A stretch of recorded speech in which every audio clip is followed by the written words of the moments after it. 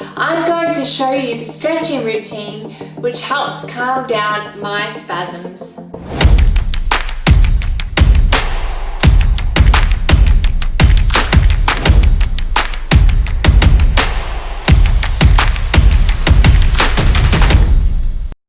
People who know me know I have some pretty strong spasms. So I'm on a mission to find different ways to help manage my spasms and then share it with you all. And one method I've found works for me is stretching. I'm going to show you the stretching routine that I do every day, which was given to me by my physio. If stretching is something that you're interested in trying, then talk to your physio or your healthcare professional and they'll help design a stretching routine that works for you and your body. Even if spasticity isn't a problem for you, you should consider stretching because it has so many benefits, such as preventing swelling in lower extremities, improving your range of motion, reducing muscle tension, and helping with your posture by releasing tight muscles. Now, before we begin, I'm going to do a little test so that I can see the difference the spasms make before and after stretching.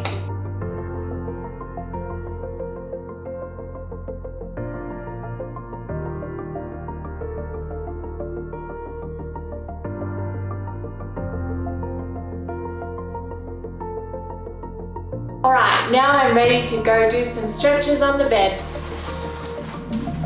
The stretches usually last on average about 30 minutes, but it depends on how bad my spasms are. So I'm going to show you the stretches on my left leg, but usually I would do my right leg as well. I'll move to the other side of the bed and stretch on my right leg. Before we start the first stretch, the bed needs to be moved to a height that suits your friend stretching you, so she doesn't strain herself. The first stretch is the hip flexor and quadriceps rectus femoris stretch. My friend Shane, who is helping me stretch today, will need to stand in a split stance and bring out the leg to the side away from the bed and guide the hip into extension with a downward pressure on the knee for a stretch. She then needs to slowly bend the knee with her leg by bringing the ankle back. If spasms are too intense, you can let the other leg do its own thing. But if it's possible, I like Shane to hold the other leg in line. So if your friend has a free hand, she can hold it away. There are different variations for each stretch, so your friend can choose which way is easier for them. The second variation is to get down in either 2-point or seated kneel, and then push down on the knee with one hand and guide the leg back with the other. The third variation is sitting on the edge of the bed while pushing the knee down and bending it back. The second stretch is the hamstring stretch. Shane will sit with the left leg resting on her shoulder with a gentle pressure on the leg to push the hip into further flexion, and it is important to keep the knee straight and not rolling in.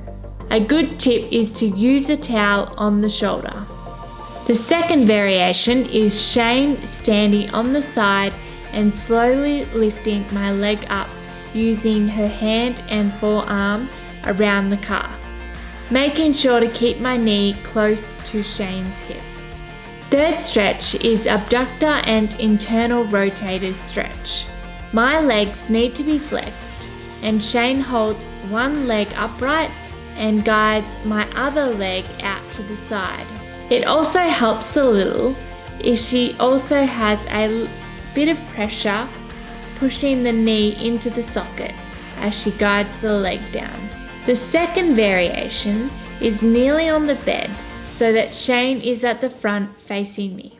Shane's knees can also help keep my legs flexed and stop them from slipping out straight. The third variation is using a 2-point kneel and guiding the leg down from there. The next stretch is the gluteal and piriformis stretch. In this stretch, Shane has her knee furthest from me on the bed to help stabilize. And then slowly lift my left knee up to a 90-degree angle at the hip, and then slowly bring my knee out straight, aiming for 90 degrees. I can't reach that yet, but close. Slowly moving the leg, she will be able to eventually place the ankle in contact with the top of my opposite knee, then stabilizing that leg instead of holding the ankle. With this stretch, it is very important to maintain 90 degrees at both hip and knee, and that the knee remains over the top of the hip as you bring the ankle inward. This is to ensure unwarranted strain through the hip socket, which if occurs, it can cause a hip dislocation. Next is trunk spine rotation stretch. In this stretch, my knees are bent, and then Shane will slowly guide me to the side, ensuring the pelvis follows. She then pushes the knee over. Soleus stretch is the next one. In this stretch, I need to have a pillow folded under my right leg to create a 90-degree bend. This is to keep the leg stable and help it relax more. Shane needs to put one knee at the end of the bed so she can place one foot on her thigh, but she needs to have her other foot on the ground so that her back can remain straight. She needs to have one hand on the ankle and one on the knee to keep it all in line and stabilize to stop the ankle rolling. Shane will slowly straighten her hips and knee on the bed to create more bend in my ankle joint.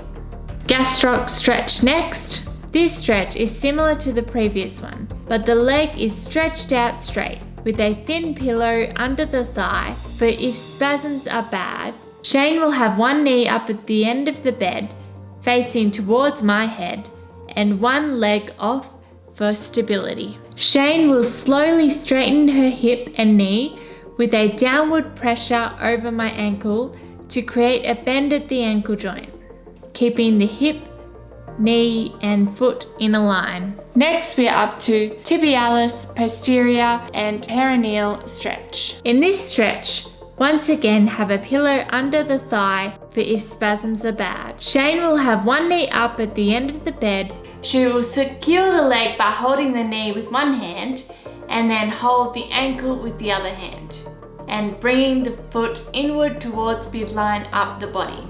She will hold for 30 seconds and then go the other direction away from midline of the body up towards the head. The last stretch is the hip and trunk flexor stretch. I am positioned with my legs over the edge of the bed. I lay down, and when I'm relaxed, Shane slowly pushes down on the knees. If the stretch is too hard for me, I put pillows underneath to help make the stretch less intense. Now I've finished my stretches both on the left and right, and I'm feeling pretty good. I'm going to do the tests again so I can compare before and after stretching.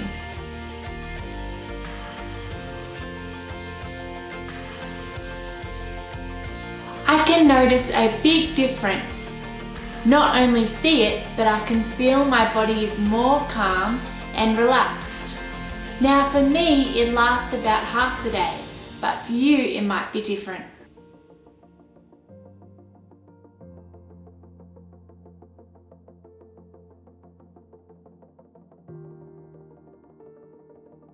If you decide to try stretching for spasms, please keep in mind the CALM method. That's what I use when testing out anything new for my spasms. You have to be constant with your stretches for it to make a difference in your life, and you have to be able to adapt the stretches and stretching routine to work for you. You need to listen to your body and take note if something feels good and stop if it feels bad, and also measure for a few weeks to see if stretching is actually helping you and helping your spasms. So every time you do it, measure how long it helps for. If you want to try stretching, talk to your medical professional before completing any stretches. But here are a few pointers for your friend that's stretching you to remember. Remember to go very slow. Spasms react to fast movements, so go slowly into each stretch. Make sure the height of the bed is suitable before starting stretches in order to prevent hurting the person helping with the stretches. Always support the limb that you're stretching, whether it's with pillows or yourself, because when you support the limb, it's less likely to spasm and be more relaxed, so it's easier to move. Use your body weight instead of arms where possible. When you are stretching someone, keep your body close to the limb you are moving and keep as many contact points. The more contact points, the more evenly the weight is distributed and easier to move. Make sure the friend you are stretching is relaxed. So for example, have a pillow under their head and keep reminding them to relax, because when they're relaxed it creates less muscle tension and so it's easier to move the limb. Hold each stretch for 30 seconds, but only when you meet your tension. So in other words, only start counting when you can't stretch any further. Ask the person you are assisting to help as much as possible. Do not push past the point of resistance. Instead, meet the resistance of your body.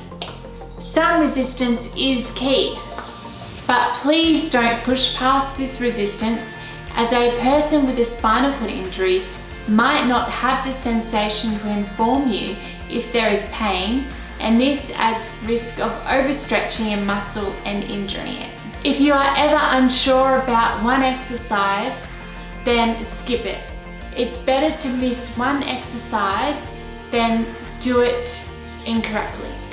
If you feel a spasm coming on, don't try to resist, but allow the joint to move, and when the spasm is finished, go back to the stretch. Spasms are unpredictable and can fluctuate from day to day.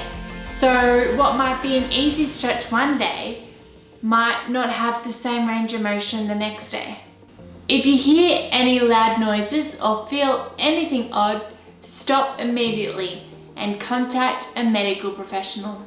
I hope this video helped you, and if it did, click that thumbs up. And if you are someone who experiences spasticity, check out this playlist. I'll be posting all my videos on spasms there.